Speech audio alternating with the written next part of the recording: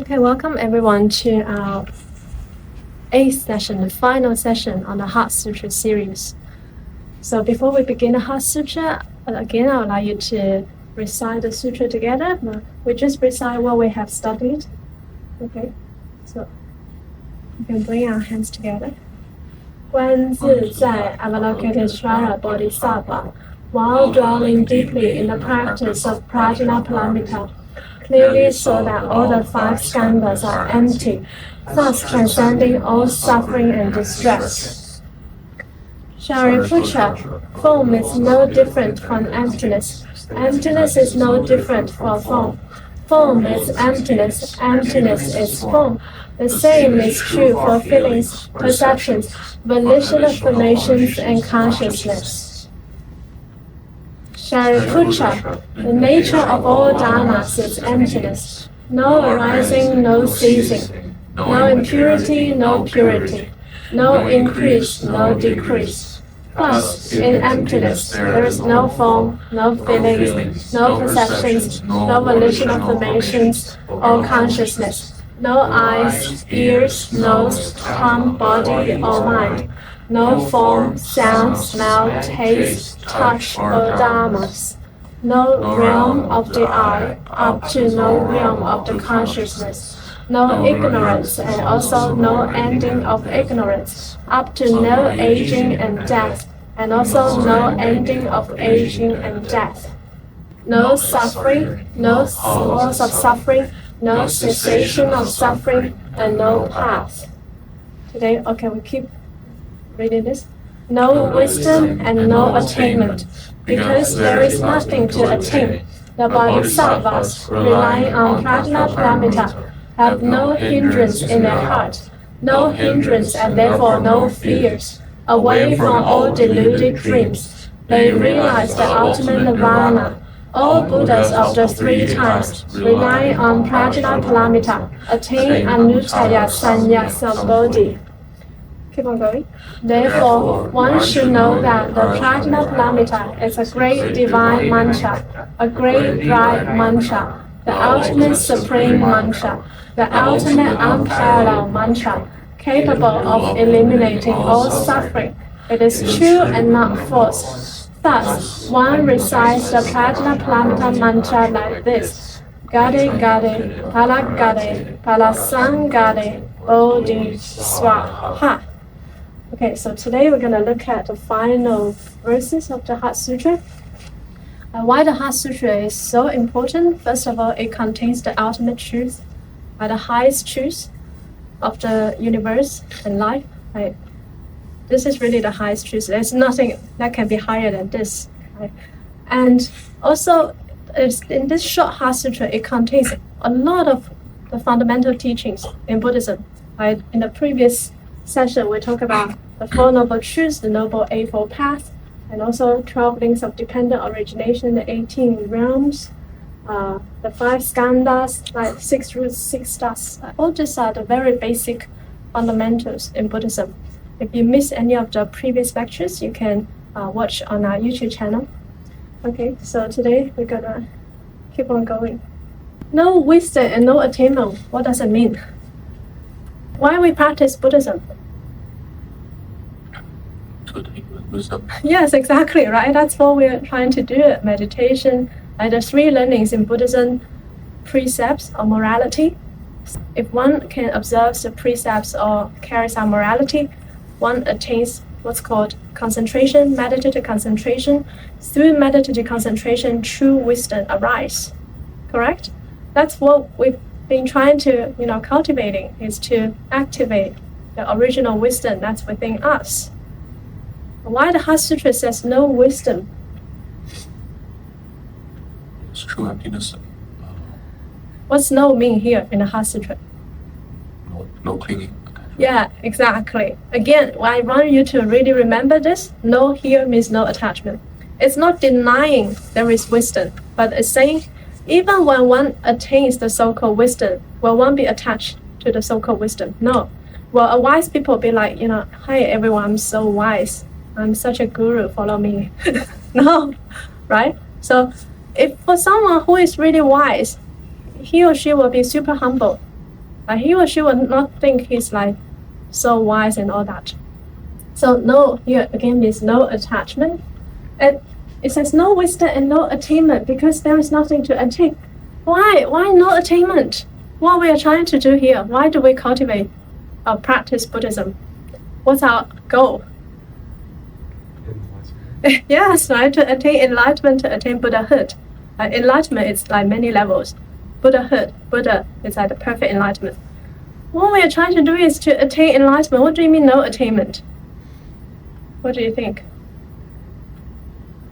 Again, what does no mean here? No attachment. No attachment, including no attachment to what? Attainment. Yes, the so-called attainment, the so-called perfect enlightenment. Okay, the so-called Buddhahood. So someone asked the Buddha, through your cultivation, your practice, or your enlightenment, what have you gained? And the Buddha said nothing. But the Buddha said, I can tell you what I've lost. Right?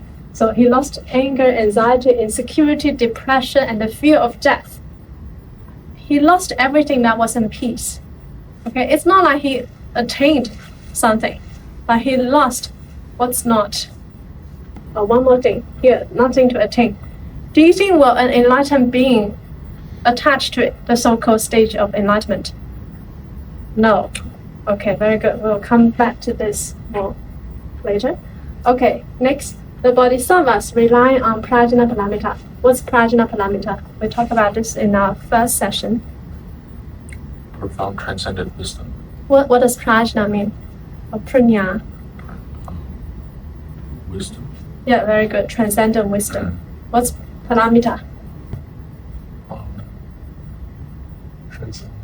No. The other end. The other shore. The other shore. Arrive at the other shore, kind of like. Yeah, so through this transcendent wisdom, one arrive at the other shore. What's the other shore? It's a metaphor. The shore of what? Yeah, nirvana. Enlightenment, okay. Now where are we? Still at the other shore. We are in the sea of suffering, in a way. Okay, so through this transcendent wisdom, one arrives at the shore of nirvana. But what's this transcendent wisdom we've been talking about? What's the transcendent wisdom the Heart Sutra is we've been talking about for the past 7 weeks? What's the most important sentence you must remember in the Heart Sutra? What's the nature of all dharmas? Empty. Emptiness. Okay, this is the key sentence. If you only say form is emptiness, how about feelings, perception, all this? You know what I mean? So the one sentence, if you can't remember whole of the Heart Sutra, you just remember the nature of all dharmas is emptiness. Okay, the transcendent wisdom here is talking about emptiness. The wisdom of Shunyata. Shunyata is a Sanskrit for emptiness. Okay, because the bodhisattva, oh, by the way, who are the bodhisattvas? What's the meaning of a bodhisattva? Ourselves.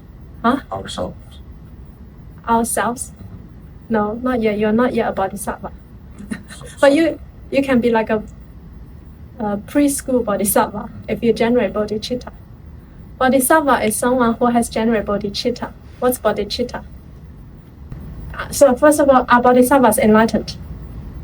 Yes, the enlightened beings, different levels of enlightened being. Okay, arahant or arhat, maybe like the arhat, it's like the middle school of enlightened being.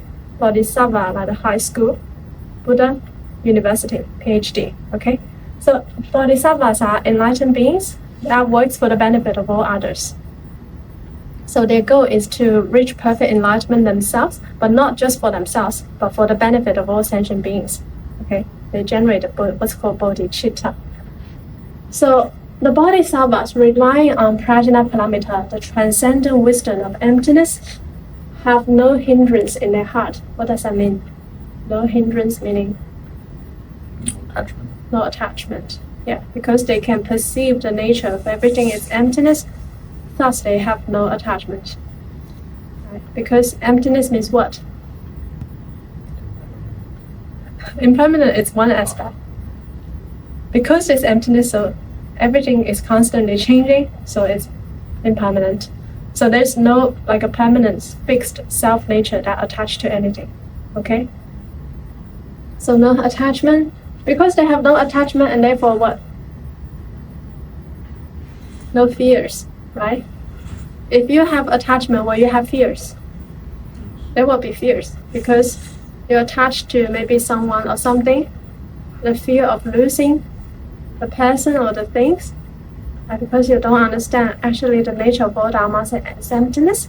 Everything is in a constant state of flux, change, fleeting. Okay, the bodhisattvas clearly see that.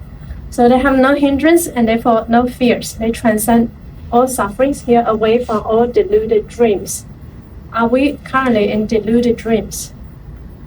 Yes, we are very much in deluded dreams. So after the Buddha realized perfect enlightenment, he said, how incredible is that everybody possesses this Buddha nature that's within all of them, but for attachment and delusions, one cannot realize. So why we can't realize our Buddha nature? Attachment and delusions. Okay. If one is free from attachment, no hindrance, no fears, and away from all deluded dreams, they realize what? The ultimate nirvana. What's the meaning of nirvana? Yeah, nirvana also means extinction of the fires, extinction of all afflictions. Right? Do you know what's the difference between nirvana and parinirvana?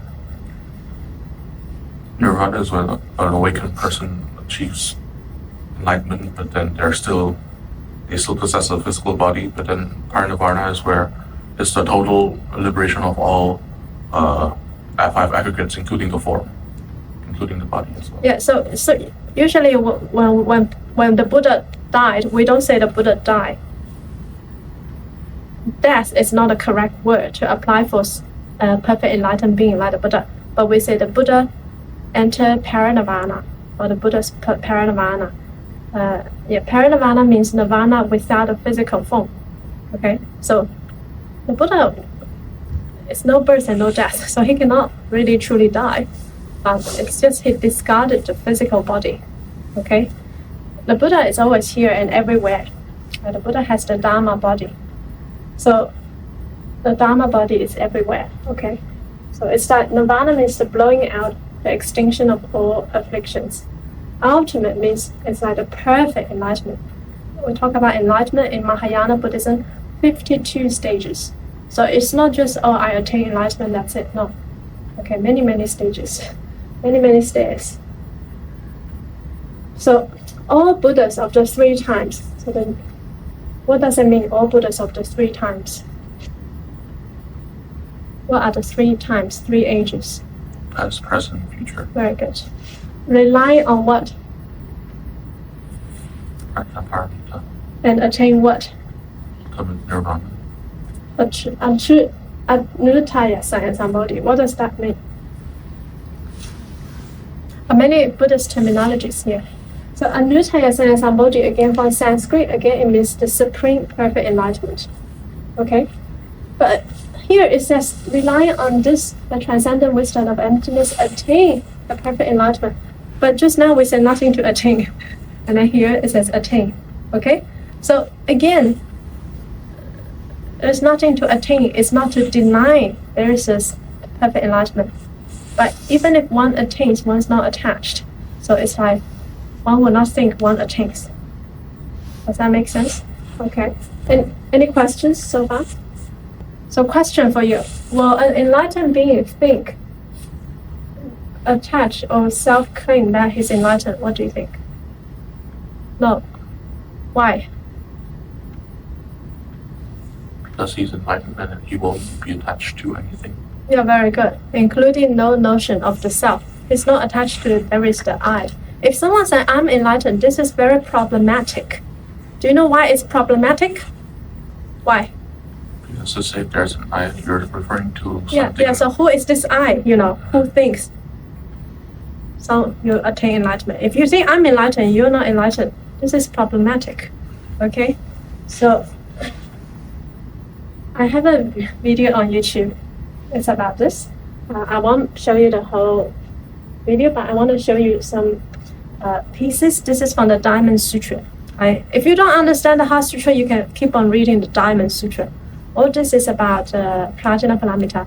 series of sutras. It's about the transcendent wisdom of emptiness. And in that sutra, the Diamond Sutra, the Buddha clearly asked one of his disciples, do you think you are enlightened? I mean, that disciple is enlightened. But then the Buddha asked, can you think that you have attained this fruit of enlightenment?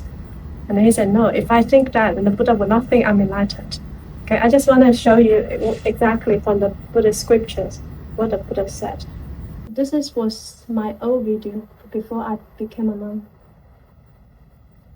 Okay, this is the verse on the Diamond Sutra. Shibudi, what do you think? Would it be right for Sotapanna to think like this?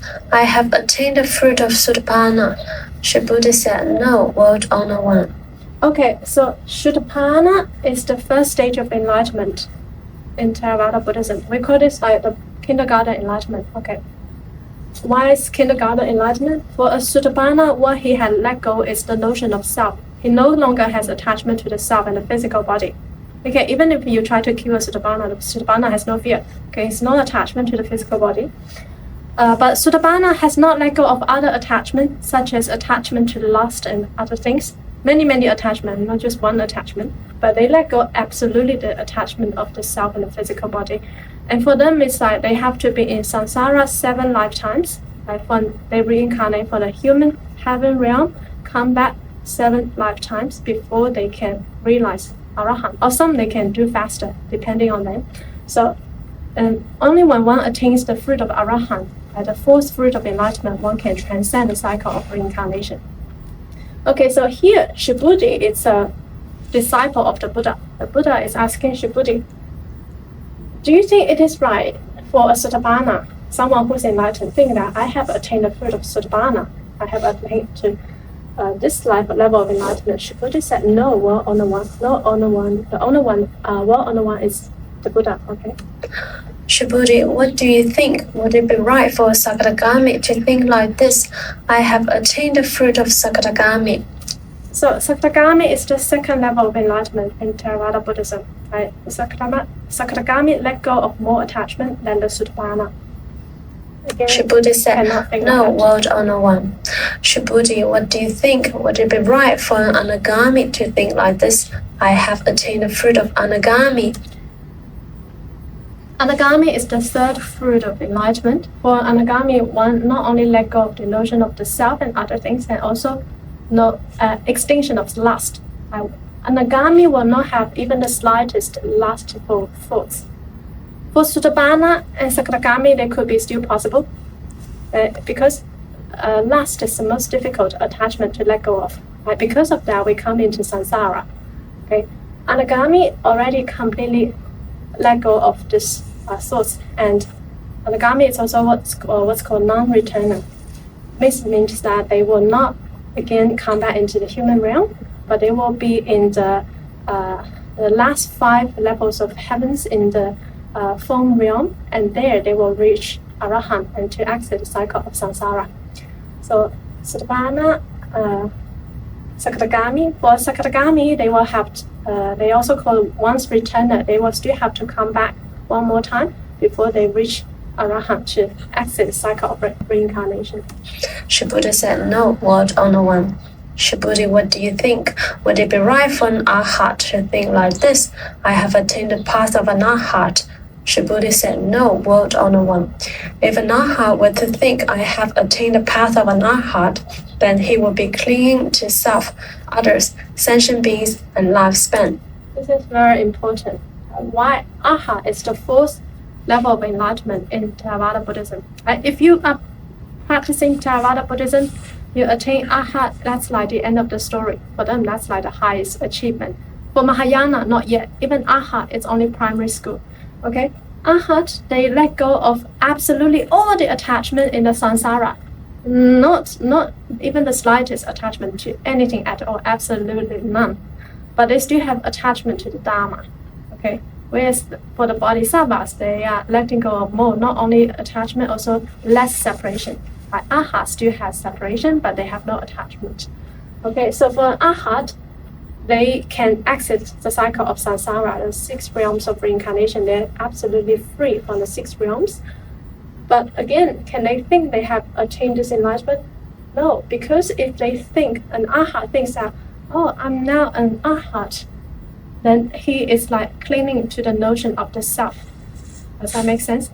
The notion of the self, the notion of the sentient beings, there's a separation between you and me. I'm enlightened, you're not enlightened. Yes? So, an arhat cannot think like that. Word on one, the Buddha has said that I have attained non-contentious samadhi, and that among all people I am the foremost in this, and that amongst all arhats I am also the foremost at going beyond desire.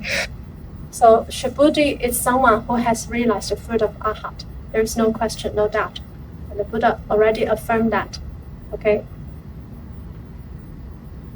And yet I do not have the thought that I am a passionless arhat.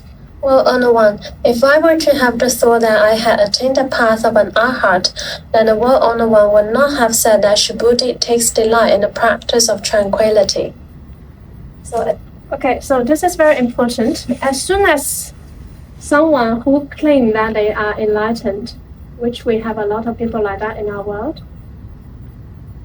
this is very problematic. Okay? Instantly, you're giving rise to the notion of the self.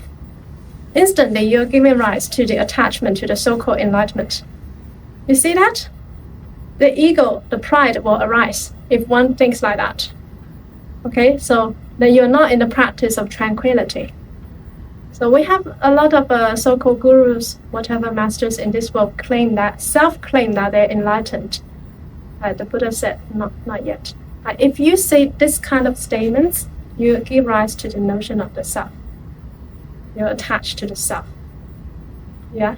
You have also a serious attachment to the self, serious attachment to the so-called stage of enlightenment, and also serious separation between you and others.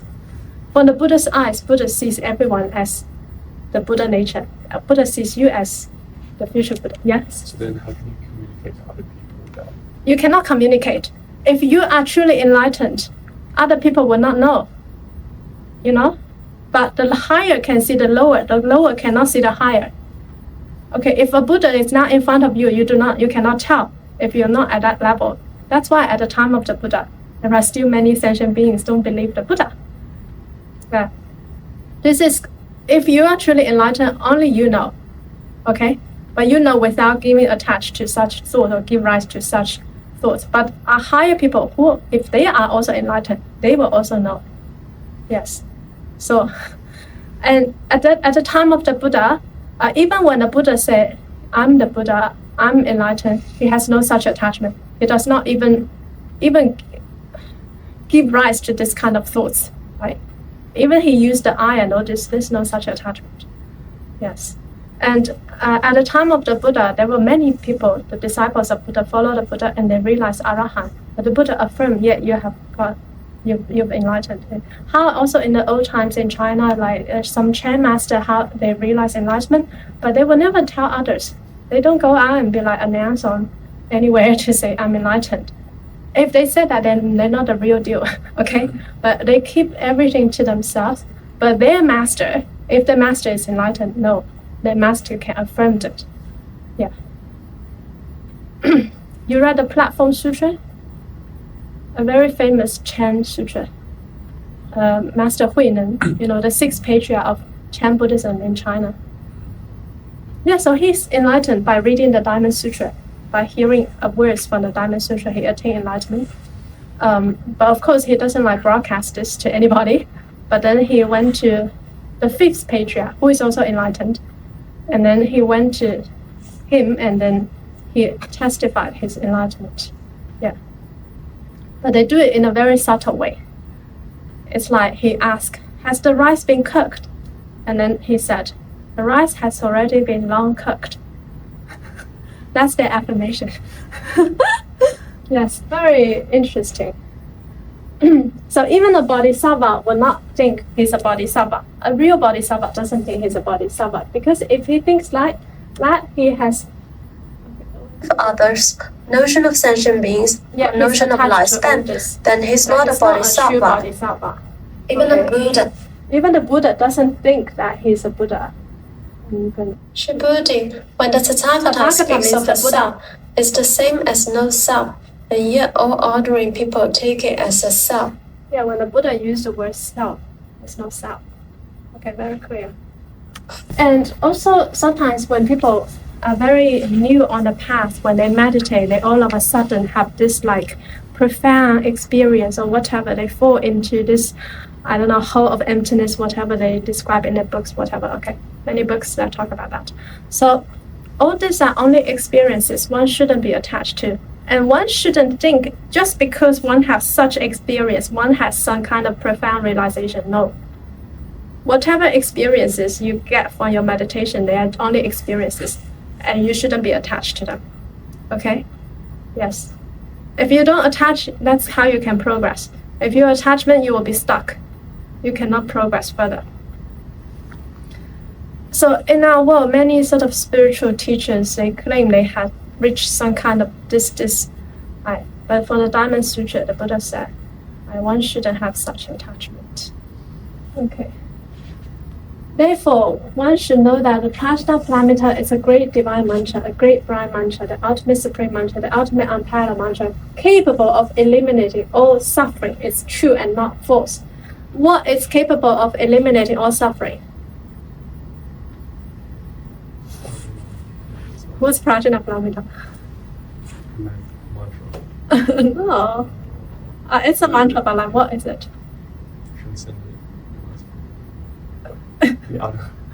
What's Prajna Paramita? We've been talking about for the past 7 weeks. Emptiness. Yes, the transcendent wisdom of emptiness. Okay? So here it's saying that this transcendent wisdom of emptiness is this great mantra. Okay? What's mantra? Oh, okay, here we say, thus one recites the Prajna Paramita mantra like this. How to recite it? We can do it together. Gade, Gade, Para Gade, Lasam Gade, Odi, Saha. So what does it mean? First of all, what is a mantra? Anyone know? Chant. A chant? What else? You heard of mantra and dharani? You heard of dharani? What's the difference? I think Dharma is more longer.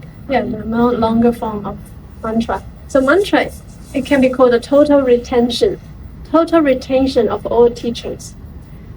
What's the meaning of this? Gade gade blah blah blah, which we don't even know. This has explained what the whole sutra already talked about. Right? The transcendent wisdom of emptiness. So mantra, the meaning is actually not the most important. You can think of mantra as the secret code of the universe. Some teachings can be taught by speaking, okay, by words. Some cannot. The ultimate truth cannot be spoken of. Even the Tao Te Ching is right to say the real Tao cannot be spoken of. So you can think of mantra as like a secret code. It's like a zip file of the teaching that we have been talking about. Sometimes when you read Buddhist sutras, the sutra can be like this long, and then at the end of the sutra, the Buddha said, no, here is the dharani or the mantra. If you read this mantra dharani, it's like you read the whole sutra. So this is like the total retention of all these teachings. But how, in order to make this mantra work, you need to keep repeating it until you can have some kind of feel or realization of emptiness. Does that make sense? Can the mantra be Namo Amituofo? Yes. Okay. Just in case you're curious, the meaning of the mantra is like, gone, gone, beyond, gone, altogether, beyond, oh, awakening, help. See, once it translated, it lost the meaning. So the meaning is not the most important, but it's to use this to help you let go of your attachment and delusions, and then maybe you can realize some kind of peace, truth, whatever. For us, what's our great mantra? What's the unparalleled, surpassed, supreme mantra for us? For Pure Land practitioners. Namo Amituofo. Very good. Yeah, so the mantra can be like this, the mantra can be like this, the mantra can be like many, many things. Okay? The mantra is the secret code that if one keep practicing, one can attain something. Or again, nothing to attain. So, yes. So, what's maybe difficult about Buddhism is that it's not theory. It's not something you can just think from the mind. There must be practice. There must be cultivation. There must be meditation in order for the true wisdom to be activated. True wisdom can only arise from the pure mind. Right? Whatever that, it's not arise from the pure mind, it's not called wisdom. You can call maybe smart, someone is smart, intelligent, or this is very different from wisdom. Okay, so one last thing, do you think it's very difficult to realize emptiness at this time? Do you think it's even possible? Can you let go of the attachment to your physical body? No. If you can't even attain like a Satagami. What's to say about emptiness? Emptiness is the final, the perfect, the ultimate nirvana. You want to say something? Well, why is it harder? Why is it harder at this time? Yeah, this time it's what's called the Dharma ending age, the Buddha's prediction. He said the Buddha's teachings will have 3 periods. So this is very important. Here's called the age of the right Dharma. This is 1,000 years, or some souls say 400 years after the Buddha's parinirvana. So at that time, many people talk about the Dharma. A lot of people cultivate, and many can attain enlightenment. This is the Buddha's prediction from the sutras. He said his teaching after he entered parinirvana. There will be 3 periods.